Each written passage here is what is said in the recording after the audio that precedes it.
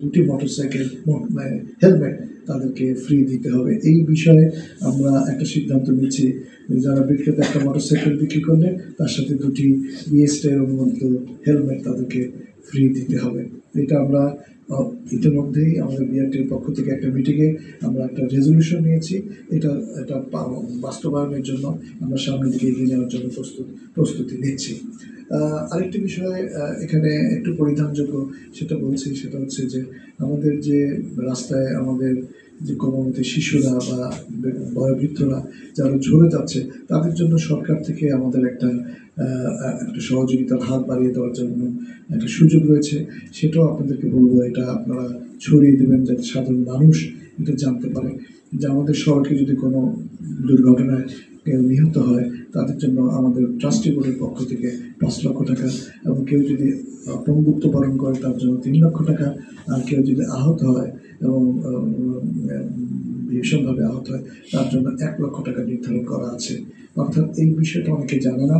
আমি আজকে প্রিন্ট মিডিয়ার সদস্য আপনারা বিষয়টা ছড়িয়ে দেবেন যাতে এই অসহায় মানুষগুলোর পাশে বিআরটি ট্রাস্টি বোর্ড পাশে থাকতে পারে। আমরা পাশে থাকার জন্য সকলেই উদ্গ্রীব হয়ে আছি, কারণ আমরা চাই যে এই অসহায় মানুষদের পাশে থাকতে।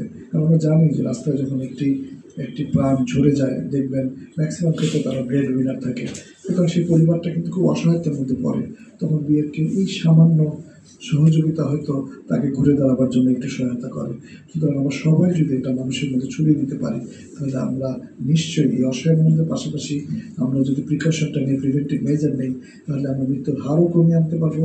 আর এই অসহায় পরিবারকে আমরা সাহায্য সহযোগিতা করে আমরা টোটাল একটা হলিস্টিক অ্যাপ্রোচে আমরা সাধারণ মানুষের খেদমত করতে পারবো।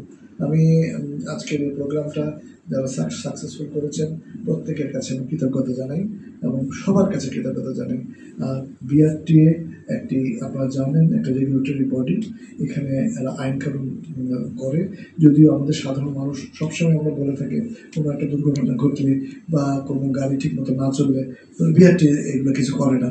আসলে এই বিষয়টা অনেকের একটু ধারণায় ভুল আছে। বিআরটি হচ্ছে রেগুলেটরি অথরিটি, তারা রেগুলেশনটা তৈরি করে। ইমপ্লিমেন্টেশন অথরিটি কিন্তু শুধু বিআরটি নয়, আরও অনেকগুলো অথরিটি এটাকে ইমপ্লিমেন্ট করে। তবে বিআরটি ইতিমধ্যেই পরিবেশ অধিদপ্তর এবং পুলিশের সাথে যৌথভাবে মোবাইল কোর্ট পরিচালনা করছে, যাতে এই রাস্তায় যে লক্ষ্যচক্কর ফিটনেসবিহীন কালো ধোয়া গাড়ি চলে এগুলোকে রাস্তা থেকে সরিয়ে দেওয়ার জন্য।